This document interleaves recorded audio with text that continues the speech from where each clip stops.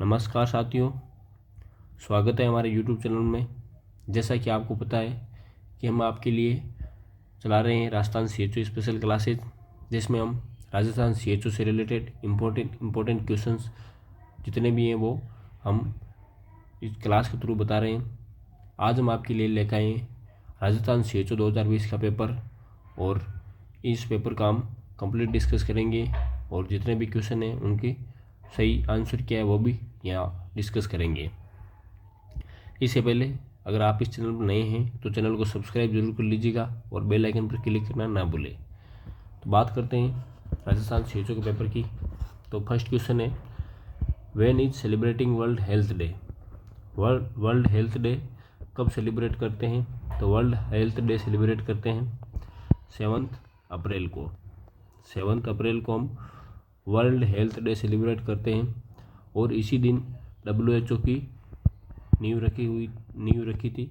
इसीलिए हम जिस दिन WHO की स्थापना हुई उसी दिन हम हेल्थ डे को सेलिब्रेट करते हैं। नेक्स्ट क्वेश्चन है वो प्रेसिडेंट से रिलेटेड है। अभी हाल ही में जो प्रेसिडेंट है वो श्रीमती द्रौपदी मुर्मू हैं, लेकिन 2020 के टाइम जब राजस्थान CHO का पेपर हुआ था उस टाइम श्री रामनाथ जी कोविंद थे। तो इसका आंसर रामनाथ जी कोविंद है, पर अभी जो प्रेसिडेंट है वो है Draupadi Murmu ji. Next question, when was came into force MTP act in India. MTP act आया तो 1971 में था, पर लागू 1972 में हुआ था। तो इसमें पूछ रखा है कि MTP एक्ट कब फोर्स हुआ या कब लागू हुआ, तो वो हुआ था 1972 में। तो करेक्ट आंसर इसका C है। Next question, which one disease is eradicated from India. ऐसी कौन सी डिजीज है जो कि इंडिया में प्रेजेंट नहीं है? इरेडिकेट का मतलब जो अभी इसके केस अभी इंडिया में नहीं है, तो वो है पोलियो के केस इरेडिकेट हो गई ये डिजीज पोलियो, और पोलियो के केस अभी भारत में फिलहाल एक भी नहीं है। Next question, who is known as father of green revolution. Green revolution means हरित क्रांति के फादर हम किसे कहते हैं? तो हरित क्रांति के फादर किसे कहते हैं? तो इसका आंसर है MS स्वामीनाथन। MS स्वामीनाथन हरित क्रांति के फादर कहलाते हैं, जबकि वर्गीस कुरियन है वो कहलाते हैं सफ़ेद क्रांति के फादर। सफ़ेद क्रांति के फादर कहलाते हैं वर्गीस कुरियन। और 3 भुवनदास पटेल ये नहीं है, HM दयाल भी नहीं है। तो इसका करेक्ट आंसर है वो है MS स्वामीनाथन। और वर्गीस कुरियन का भी पूछ सकते हैं कि सफ़ेद क्रांति व्हाइट रिवोल्यूशन के फादर किसको कहते हैं? तो व्हाइट रिवोल्यूशन के फादर कहते हैं हम वर्गीस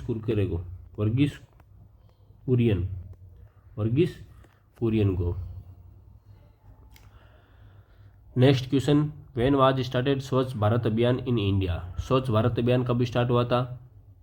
2 सितंबर। फर्स्ट ऑप्शन है 2 सितंबर 2014, सेकंड ऑप्शन है 2 सितंबर 2014, थर्ड है 15 अगस्त 2014, डी है 2 अक्टूबर 2013। तो इसका करेक्ट आंसर है वो है बी, 2 अक्टूबर 2014 को स्वच्छ भारत अभियान स्टार्ट हुआ था। और ये मोदी जी ने स्टार्ट किया था। मोदी जी की सरकार आने के बाद में 2 अक्टूबर को गांधी जी के जन्म दिवस पर, जयंती पे ये स्टार्ट किया था स्वच्छ भारत अभियान।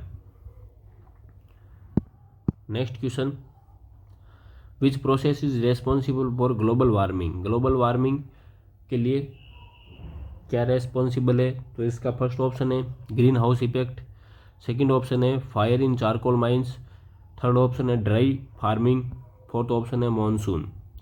तो इसका आंसर है ग्रीन हाउस इफेक्ट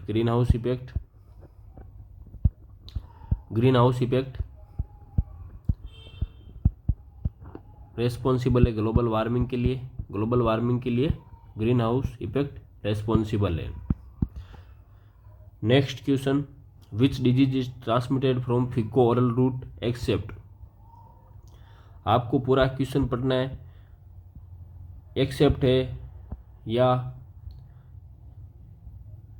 एक्सेप्ट ऐसा भी आ सकता है, एक्सेप्ट। ये आपको क्वेश्चन पूरा पढ़ना है कि क्या पूछ रखा है इसमें पूछ रखा है कि कौन सी डिजीज है जो कि फीको ओरल रूट से ट्रांसमिट नहीं होती है। तो इसमें ऑप्शन दे रखे हैं मीजल्स, टाइफाइड, कोलेरा और हेपेटाइटिस ए। तो इसका करेक्ट आंसर है वो है मीजल्स फीको ओरल रूट से नहीं फैलता है। इसका रूट होता है droplet,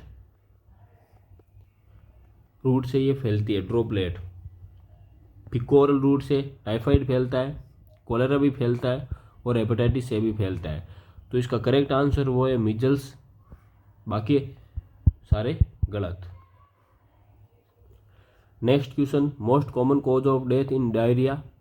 most common cause of death in diarrhoea मतलब डायरिया होने की वजह से या डायरिया होने की वजह से किस वजह से सबसे ज़्यादा मृत्यु होती है। तो vomiting, abdominal pain, dehydration, weakness. तो इसका करेक्ट आंसर है डिहाइड्रेशन।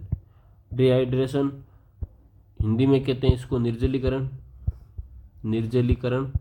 ये पूछ रखा था पिछली बार, हिंदी में पेपर आया था, लेकिन इसके इंग्लिश में आपको ट्रांसलेट करके दे रहे हैं क्योंकि इस बार पेपर इंग्लिश और हिंदी दोनों में आएगा। नेक्स्ट बात करते हैं most common cause of under 5 mortality is. Most common cause of under 5 mortality is, option है diarrhoea, pneumonia, measles, chickenpox. तो इसका करेक्ट आंसर है न्यूमोनिया। ठीक है। नेक्स्ट क्वेश्चन है normal capillary time in children. Normal capillary time in children means, capillary time क्या होता है? कैपिलरी टाइम मीन्स जब हम बच्चे की अंगुली को दबाते हैं तब एक बार तो वो वाइट होती है, लेकिन वापस वो रेड होकर या नॉर्मल होने में कितना टाइम लेती है, उसे नॉर्मल कैपिलरी टाइम बोलते हैं। नॉर्मल कैपिलरी टाइम होता है लेस देन 10 सेकेंड से कम। ठीक है। तो इसका करेक्ट आंसर होगा less than 3 second. Next question है which milestone develop in 6 month old baby. Milestone से क्वेश्चन आता रहते हैं, तो आपको पढ़ना है माइलस्टोन अच्छे से। और ये इस क्वेश्चन में क्या पूछ रखा है, which milestone develop in 6 month old baby. 6 month old baby में कौन सा माइलस्टोन डेवलप हो जाता है? तो फर्स्ट ऑप्शन है able to walk normal sentence, able to walk normal sentence, able to sit with support, able to take food with the help of spoon, able to stand and sit down independently. तो इसका correct answer है वो है able to sit with support. ठीक है। ये जो able to sit with support ये 6 महीने में डेवलप हो जाता है, जबकि बाकी सारे डेवलप होने में 6 महीने से ज़्यादा टाइम लगता है। जैसे कि able to walk normal sentence, इसमें हमें 12 वीक लगते हैं जब आराम से चलने लगता है, और भी ज़्यादा टाइम लगता है। नेक्स्ट क्वेश्चन है normal weight of a new born at birth in India is. Normal weight of new born कितना रहता है जब इंडिया में न्यू बॉर्न बेबी का वेट नॉर्मली कितना रहता है? तो वो रहता है 2.5 से 3.5 kg तक नॉर्मली वेट रहता है। नेक्स्ट क्वेश्चन है minimum time for KMC in season. KMC means kangaroo mother care. Kangaroo mother care में क्या होता है, माँ अपने बच्चे को अपनी गोद में लेके अपने थोड़ी देर तक उसको शरीर के पास हटा के रखती है, उसको बोलते हैं कंगारू मदर केयर। तो ये कंगारू मदर केयर का मिनिमम टाइम होता है वो 1 घंटा होता है मिनिमम टाइम। नेक्स्ट क्वेश्चन है लोलर नहीं है, यहाँ पे लेबर रूम है। Labour room temperature should be maintain. Labour room का टेम्परेचर कितना रहना चाहिए? तो लेबर रूम का टेम्परेचर रहना चाहिए 26 से 28 डिग्री सेल्सियस तक। ठीक है। तो इसमें 26 to 28 degree Celsius option B सही है, जबकि बाकी सारे ऑप्शन वो गलत हैं। ठीक है। Next question which immunoglobins abundantly present in human milk. Next question which immunoglobins abundantly present in human milk. Human milk में कौन सा इम्यूनोग्लोबिन्स प्रेजेंट रहता है? तो ह्यूमन मिल्क में इम्यूनोग्लोबिन IgGA प्रेजेंट रहता है। ठीक है। Next question, beneficiary of ICDS स्कीम। ICDS integrated child development scheme में कौन बेनिफिशियर मीन्स किसको लाभ मिलता है? तो इसमें option A less than 6 years old child, option B pregnant and lactating women, C elderly person, और डी ए और बी। तो इसका करेक्ट आंसर है वो है ए एंड बी, और बाकी सब गलत आंसर है। मैं गलत क्या मतलब, इसमें 6 years ओल्ड 6 साल से कम बच्चों को ICDS स्कीम में इन्वॉल्व करते हैं और प्रेग्नेंट और लैक्टेटिंग वुमेन को भी इसमें काउंट करते हैं। तो इसके दो बेनिफिशियरी हो गए, एक तो 6 साल से कम बच्चे और प्रेग्नेंट और लैक्टेटिंग वुमेन वाले बच्चे दोनों इन्वॉल्व होते हैं, ए और B. Koplik spot is the cardinal sign of, Koplik spot cardinal sign है वो किसका है? Chicken pox. ए ऑप्शन है चिकन पॉक्स, बी ऑप्शन है मीजल्स, सी ऑप्शन है मम्स, और डी ऑप्शन है पोलियो। तो इसका Koplik spot is the cardinal sign of measles. Measles का कार्डिनल साइंस है कोप्लिक स्पॉट। कोप्लिक स्पॉट हमें देखने को मिलता है मीजल्स में, और ये वाइट कलर का बकल म्यूकोसा पर देखने को मिलता है हमें। नेक्स्ट क्वेश्चन है rich source of calcium. Calcium का रिच सोर्स क्या होता है? Option A meat, option B fruit, option C milk, और ऑप्शन डी वेजिटेबल। तो इसका करेक्ट आंसर है वो है मिल्क। नेक्स्ट क्वेश्चन है all of the following macronutrients except, सारे माइक्रोन्यूट्रिएंट्स से एक्सेप्ट क्या है?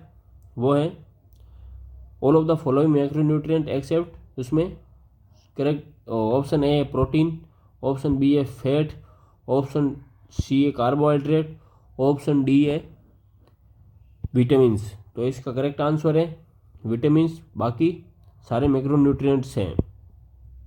नेक्स्ट क्वेश्चन है which one is the water soluble vitamins. तो वाटर सोल्यूबल विटामिन्स होते हैं वो होते हैं बी और सी, और फैट सोल्यूबल होते हैं वो होते हैं ए डी ई के। ठीक है, तो इसका करेक्ट आंसर है विटामिन सी वाटर सोल्यूबल है, बाकी सारे फैट सोल्यूबल है ए डी और ई। ठीक है, तो आपको ऐसे याद रखना है फैट सोल्यूबल में ए डी ई के ये तो है फैट सोल्यूबल, और वाटर सोल्यूबल है वो है बी और सी, बी और सी। ठीक है, नेक्स्ट क्वेश्चन है rich source of vitamin E. Vitamin E का रिच सोर्स क्या है? Option A meat, B a sunflower oils, C vegetables, D fruit. तो इसका rich source of vitamin E का रिच सोर्स है वो है sunflower oil. Sunflower oil rich source होता है विटामिन ई का। नेक्स्ट क्वेश्चन है root of BCG vaccine is. BCG vaccine का कौन सा रूट होता है? तो ये सबको आता है ये नॉर्मली, इसका ऑप्शन है इंट्राडर्मल। इंट्राडर्मल रूट होता है BCG वैक्सीन का। ठीक है, thank you very much. Channel को सब्सक्राइब जरूर कर लीजिए, और राजस्थान CHO स्पेशल क्लासेज में आप हमारी प्लेलिस्ट में जाके राजस्थान CHO से रिलेटेड जितनी भी क्लासेज हो रखी है आज से लेकर अब तक आप देख सकते हो। Thank you very much.